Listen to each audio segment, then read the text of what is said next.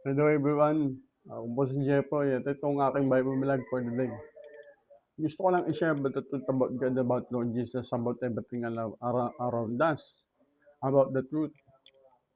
Our topic for today is kung ano ba talaga ang tinatag ni Panginoong Jesucristo, Christianity ba or Church? At yung mga iba pang katotohanan sa Bible. First of all, gusto ko magpakilala. Ako nga pala si Jeffoy at ito ang aking Bible vlog. So ano ba ang tinatag ni Panginoong Jesucristo? Church ba or Christianity? Ganito yan. Ang tunay ni tinatag ni Panginoong Jesucristo ay hindi church, kundi Christianity. Alam niyo ba, ang church ang nagtatag ng tao. Ano-anong mga church na tinatag ng tao? First, Iglesia ni Cristo. Second, Roman Catholic. Third, Judaism. Fourth, Iglesia ni Cristo. Jehovah's Witness, Seventh-day Adventist, at Kingdom of Jesus Christ ni Kibuloy. So lahat ng yan, tinatag ng tao na ginagamit ang pangalan ni Panginoong Yesus para ma-establish nila. Ay yung Christianity. Sino nagpasimula at nagtatag ng Christianity? Iisa lang si Jesus Christ. Kasi alam nyo, ito yung isi-share kong about the truth. Ito yung katotohanan ha. Ito yung about the truth. Kasi ang kasinungalingan, lalong nadadagdagan yan. Nanganganak yan. Ano ang mga kasinungalingan na yan? Yan o, yung mga church. Hindi yan totoo. Tingnan niyo yung Christianity.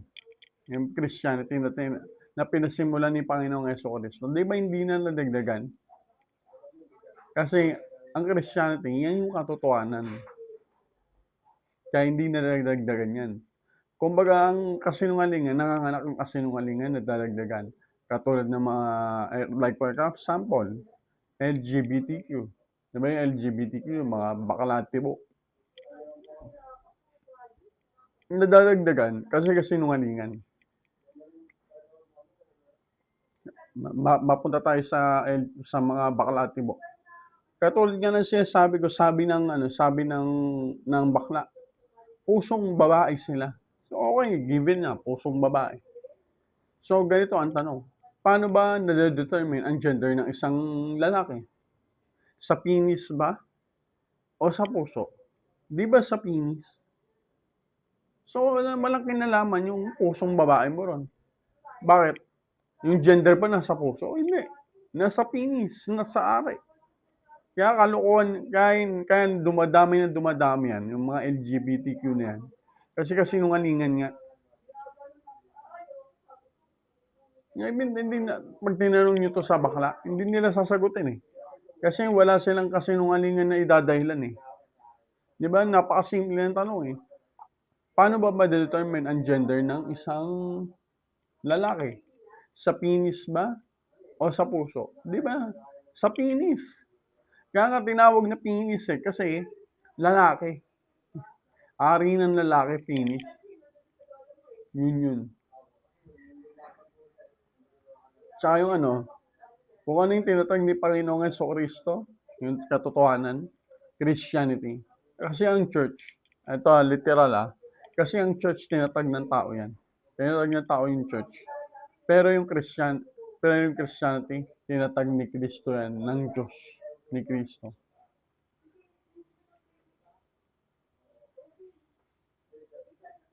Diyos ang nagtatag yan. Kaya nga sinabi nga ni Panginoong Yesus, napakalinaw eh. Diba sinabi ni Panginoong Jesucristo, naparito ako sa lupa upang ganapin ang kalooban ng aking Ama, hindi ganapin ang sarili kong kalooban. So meaning, pinasimulan niya yung Kristyanismo kasi kalooban ng Diyos Ama. Yun. Di ba napaka-common sense, napaka-simple. Di ba? Yun yung katotohanan dito. Kaya yung mga tsaka kung pagbabasihan natin yung banal na kasulatan at pag-aaralan natin maigi. Pag pinag-aralan mo sa Biblia, wala kang makakikita doon na nasa Bible na may kinukuhang tagapangaral o lingkod ng Diyos Ama sa labas ng Israel. Lahat puro sa Israel. Kaya wala kang makikitang wala kang makikitang yung kinuha niya sa labas ng Israel. Wala. Si Abraham. Kasi lahat ng pinagkakatiwalaan ng Diyos, alam niyo, yung pinagkakatiwalaan ng Diyos. Yung lahi ni Abraham. Yung lahi ni Abraham. Kasi kung pag-aaralan yung maigi, lahat talaga umikot sa lahi ni Abraham. Simula yung pagkahiwalay niya sa mga magulang niya, yung pag-aasawa nila ni Sarah, tapos yung pagkakaroon nila ng anak, lahat talaga umikot sa lahi ni Abraham. Dahil yun sa pangako ng Diyos kay Abraham. Kasi sabi ng Diyos kay Abraham, gagawin kong sindami ng ulap ang mga lahi mo. Yun yung patunay na tapat ang Diyos sa kanyang mga pangako. Ganun yun. Kasi si Satanas lang naman ang masama rito eh. Satanas lang talaga masama rito. Pero yung ang Diyos, napakabuti ng Diyos. Si Satanas lang ang masama rito. Marami lang talaga nakikinig kay Satanas.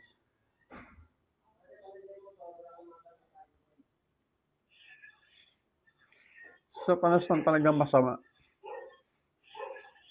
Yun ang talaga yung katotohanan dito.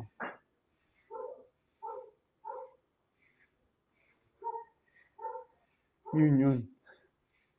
Tsaka kung isipin yung maigi, na yung isa na isa-share kong katotohanan dito na sinasabi ko na to sa vlog ko kahapon. Ulitin ko ulit ngayon. Wala talagang karapatan ang tao na tawaging ama ang Diyos. Kasi pag-aralan natin, gamitin natin yung common sense. Ano ba ang tinatawag na ama? Diba tinatawag mong amang isang tao kung saan niya ka nagmula? Yun ang katotohanan dito. Pero kung hindi ka naman nagmula sa Diyos, paano mo siya tatawaging ama? Di ba? Ang napakalinaw na sinabi ng Diyos kay Adan. Nung nagkasala si Adan, ikaw ay galing sa alabok, babalik ka sa alabok. So meaning, walang karapatan ng tao na tawagin ang Diyos na ama. Kasi galing sa alabok ng lupa yung tao eh. Di ba? So wala siyang karapatan na tawagin ama ang Diyos. Pero si Panginoong Jesucristo, oo. Kasi ama niya yun. Kasi anak siya. Kasi doon siya nanggaling. Kasi maaari mo lang tawagin ng isang tao na ama mo kung sa kanya ka nanggaling.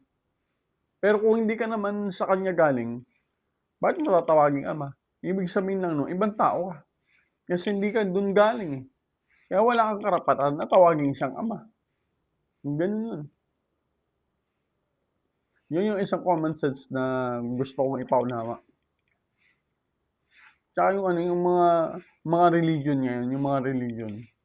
Talagang nag-i-exist ngayon ng mga religion. Hindi yan totoo lahat. Alam niyo kung bakit? Kasi mga paganong paniniwala yan. Ang sinundan na nila yung Biblia. Diba? Yung Biblia na binago ng mga Katoliko Romano, ng mga Romans, binago. Kaya nga according to history, talaga yung lahat ng mga scriptures, tinatago talaga lahat nung kinukolekta ng mga Romano. According to history yung kinukolekta ng mga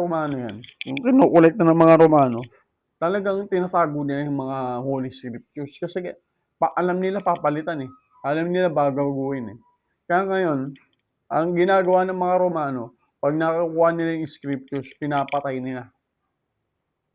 Lahat ng nakabasa at lahat ng taong nakaalam ng katotohanan sa Biblia, pinatay ng mga Romano. Kaya ngayon yung binago nila yung Bible, wala na naging saksi. Wala na naging patotoo. Kasi lahat na nakakaalam ng katotohanan, pinatay nila eh. Di ba pag nakuha nila sa isang tao yung scriptures, kasi common sense, siyempre isipin mo, nabasa niya eh. Kaya ang gagawin ng ano, ng mga Romano nun, papatayin yung taong yun. Di ba? Halimbawa, sa isang pamilya, nakuha yung scriptures, papatayin yung buong pamilya. Kasi ano eh, anong sense na baguhin nila yung Biblia kung meron naman ang mga taong saksi na magpapatunay na huwad na binago nila. Di ba? Ganun na kasimple yun. Kaya ngayon, pinapatay na yung mga taong nakakaalam ng katotohanan. Kaya ngayon, lahat ng mga religion, kasinungalingan yan. Lahat ng mga religion, ang sinusundan yan, pagan belief. Kasi yung Bible, hindi na reliable yan. Ang reliable lang dyan, ang reliable lang tungkol sa pag-ibig at tungkol sa mga storya ni Abraham, ni Isaac, ni Jacob. Tapos, halos 95%. Halos 95% sa Bible, hindi na totoo. Kasi binago nga ng Council of Nicaea yan, ng mga Katoliko Romano. Kasi, ang totoo talaga, there is no such thing as church. Kasi ang totoo, ang tinatag ni Panginoong Jesucristo, hindi church.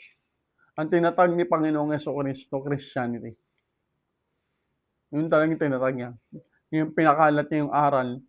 Paano naging Christianity? Coming from the root word Christ. Kasi siya si Jesus Christ eh. Kasi siya yung Christ. Kaya Christianity, sa kanya nagmula yung Kristyanismo. Hindi church. Kasi yung church, gawang tao lang yan. Anong patunay ko? Iglesia ni Cristo. Jesus is Lord Church. Roman Catholic Church. El Shaddai. Kingdom of Jesus Christ ni Apollo C. Gibuloy. Jesus Miracle Crusade ni Almeida. Kaya yung mga religion ngayon, ang patunay,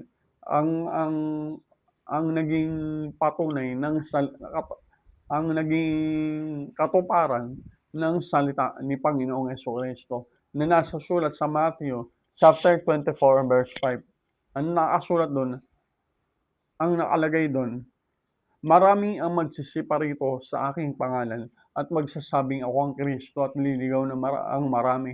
Yan yun, nililigaw ang marami. Yan yung mga religion.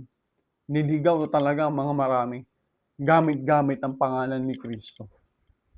Diba, nanlino-lino na sinabi ni Panginoong Yesus. Marami ang magsisiparito sa aking pangalan at magsasabing sila ang Kristo at nililigaw ang marami. Paano nagsasabing sila ay Kristo? Yan o, Iglesia ni Cristo, JIL Church, El Shaddai, Jesus Miracle Crusade, Kingdom of Jesus Christ. Di ba? Nagsasabi sila ay Kristo. Yung mga religion nila. Yan yung patunay. Kaya halos lahat ng paniniwala ng tao sa panahon na to. Kasinungalingan eh. Kasinungalingan na lahat. Akala nila totoo pa yung ginagawa nila. Hindi.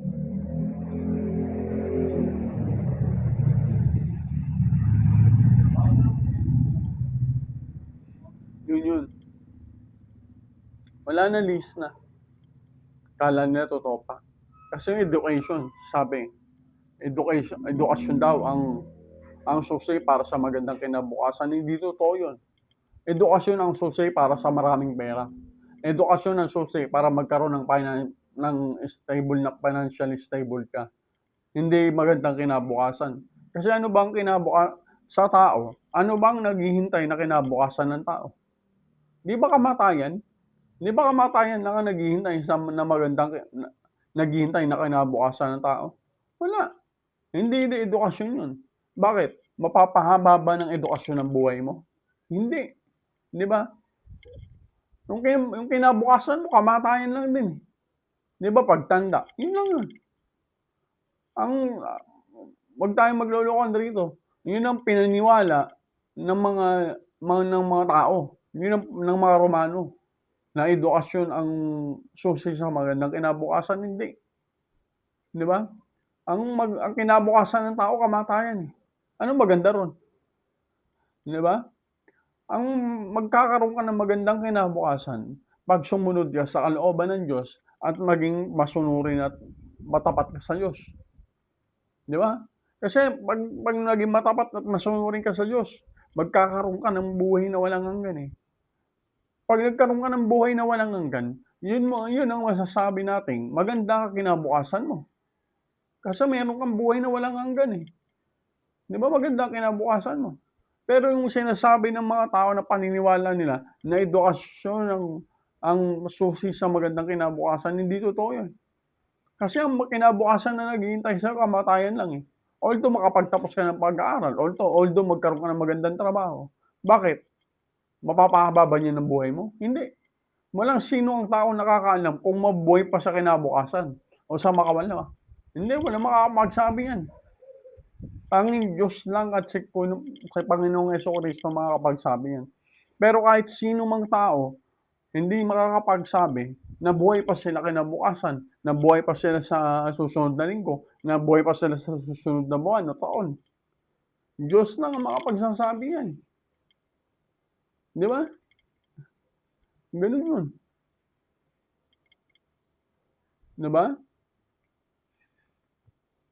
Kasi alam mo anong sense na mabuhay ka rito? Totoo naman yung sinabi ni Panginoong Jesucristo, eh.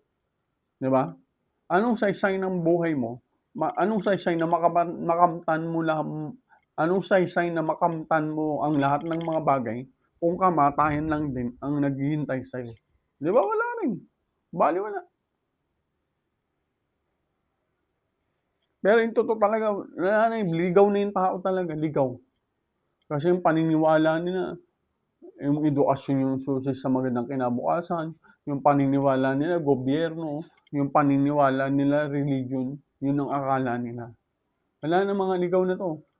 Kaya nga nagtataka ako, sinabi sa'kin ng Diyos "Nak, sira na yan, nak." Sabi, "Nak, sira na yan. Wala nang, hindi na maayos yan, nak. Sira na yan. Kaya ang gawin mo na lang, nak," sabi sa'kin. Anak kasi ako ng Diyos Ama, eh. Kung hindi kayo maniniwala, wala, hindi na ko na problema yun. Kapatid ko si Kristo. Hindi sinabi, "Nak, wala na yan, nak. Ano lang, kung ano na lang yung magugustuhan mo diyan, dalhin mo rito." Yun na lang. Kaya nagtaka ako, bakit sinabi ng Diyos Ama yun? Ngayon siyempre gano'n kasi si Ama, eh. Kumbaga ginagawa niya, yung nagbibigay siya ng idea para gamitin mo yung utak mo, para mag-isip at mag-aral ka. Gano'n siya, eh. Sabi ko, nag-isip ako. Sabi ko, ba't gano'n kaya sinabi ng Diyos Ama? Kung ano yung magugustuhan ko, dalhin ko sa Kanya, sa buhay na walang hanggan.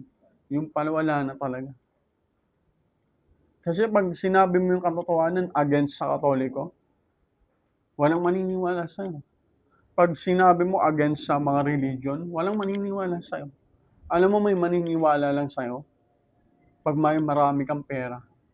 Kasi totoo yung sinasabi ng kasabihan ng mga Amerikano, "When money talks, everybody listen."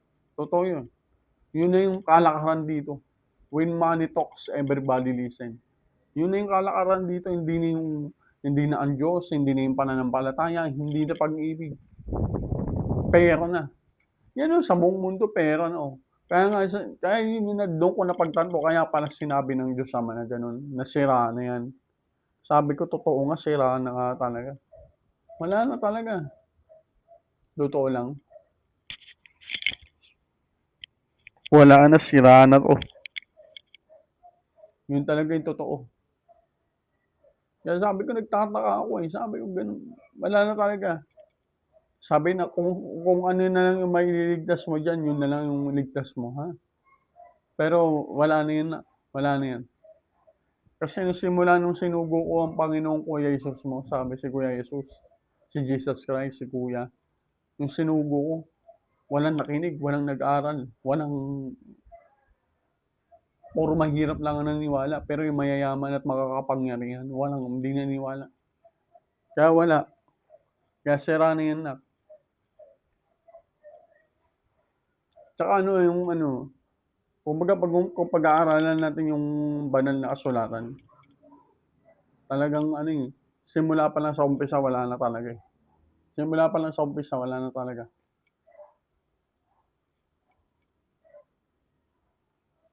Simula yung ganito yun, eh. Ito yung totoo, Simula yung nagpatukso si Adan at Eva kay Satanas.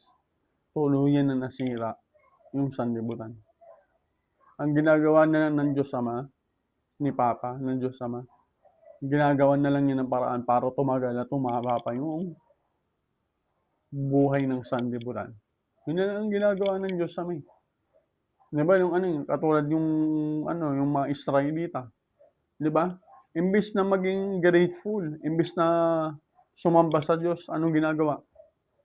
Reklamo pa ng reklamo, 'pag hindi napagbigyan yung gusto nagagalit, 'pag hindi napagbigyan ng gusto nagrereklamo, yung gano'n. Tapos 'pag nagtalaga sabi 'to sa Bible, 'pag nagtalaga ang Diyos ng sugo, 'di ba, 'pag nagtalaga ang Diyos ng lingkod niya, 'pag namatay yung lingkod na yun, balik na naman sa ano, 'di ba inutos na nga ng Diyos na huwag kang sasamba sa mga larawang inanyuan o sa mga rebulto. Ngayon, 'pag nawala na yung pinuno nila, yung tagapangaral, babalik na naman sa umpisa, sasamba na naman sa ano, sa rebulto. Gano'n yung ginagawa ng ano, ngayon ng mga Katoliko, mapagano kasi yan, eh. Kasi ganito yung ano sa Katoliko, ganito i-explain ko sa inyo. Yung Katoliko kasi, ano yun, pinagsalong pagan belief, tsaka ano, tsaka Bible, pinaghalo. Yung pagan belief, in-infuse nila sa ano, sa Catholicism. Kaya nangyari, 'di ba dati, God of Fisherman, God of Love, God yung tawag. Ngayon nagbago na, pinalitan nila. Ginawa nilang patron saint of fisherman, patron saint of love, patron saint of workers. Ginawa nilang patron saint. Kasi nga, kasi ang ginawa nila, yung pagan belief, in-infuse niya sa Catholicism. Kasi pag hindi nila kinunting yung pagan, pag hindi nila kinunting yung pagan belief, walang aanib sa Katoliko. Mananatiling, 'di ba?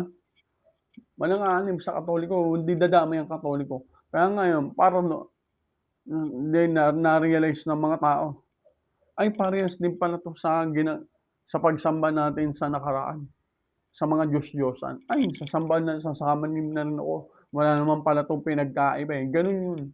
Ang goal talaga ng Catholicism, hindi Christianity, kung hindi paganism. Lumaganap ang paganism to a form of Christianity, to believe o ano, para paniwalaan nila na Christianity 'yun, pero hindi, pagan 'yun. Ginawa lang nilang front yung Christianity, pero ang totoo, ang pinangangaral nila is pagan belief. Kasi ang una nilang binago yung Bible, eh. Binago nila yung Bible, nasira na. Nasira na yung pananampalataya ng tao nung binago nila yung Bible. Yun. Kasi yung pagan belief, in-infuse nila sa Catholicism. 'Di ba? Anong patunay doon? Tingnan mo, napakaraming santo. Ay, ang kilala kong santo, 12 lang. Sino-sino yung mga santo na yun? 'Di ba? Si Juan, yung mga apostol. Si Juan, si Bartolomeo, si Tomas, si Andres, si Pedro, tapos si Lucas, tapos si Mateo, si Marcos, tapos sino pa ba? Si Bartolomeo, tapos si Tomas. Basta yung 12, yun lang yung mga santo. Pero yung sa ano, alam mo kung bakit maraming santo ang Katoliko? Kasi kasinungalingan, eh. Kasi sabi nga sa kasabihan, ang kasinungalingan nanganganak pa ng maraming kasinungalingan. Kasi pag kasinungalingan talaga, maraming butas kasi kasinungalingan, eh. Dumadami talaga yan, kumakalat talaga yan. Katulad ng church, 'di ba? Kasinungalingan, tingnan mo dumami. Katulad ng LGBT, kasinungalingan, tingnan mo dumami. Katulad ng mga religion, kasinungalingan, dumami. Yan yun. Kaya sa totoo lang, hindi naman ako sa naninira, ano. Yung katotohanan dito, wala na talaga to. Wala na 'to, sira na talaga 'to. Wala ng katotohanan dito, lahat ng nangyayari dito kasinungalingan na. Lahat nandito huhukod na paniniwala na. Lahat ng nangyayari dito kasinungalingan. Wala ng totoo rito.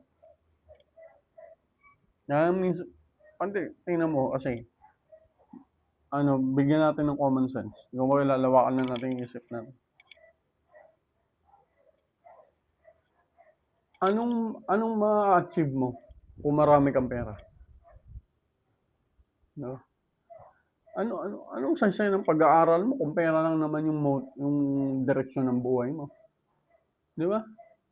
Anong saysay na marami kang nalalaman, anong saysay na matalino ka, kung pera lang din naman umiikot ang buhay mo, 'di ba walang saysay? Pero kung sa Diyos at kay Panginoong Jesucristo umikot ang buhay mo, naku napakasarap. Talagang punong-puno ng kahulugan, ng pag-ibig. Kasi yung common sense lang, eh. Mag-aaral kang mabuti, magsisipag ka, magtatrabaho ka, lahat gagawin mo. Para saan? Sa pera. Anong saysay ng buhay mo? Umikot na lang sa pera yung buhay? Ganun ba? Kalooban ba ng Diyos yan? Hindi. Ano ang kalooban ng Diyos yan, yung utos ni Panginoong Jesucristo. Ano yun? Ibigin mo ang Panginoong mong Diyos ng buong puso mo, ng buong pag-iisip mo, ng buong kaluluwa mo.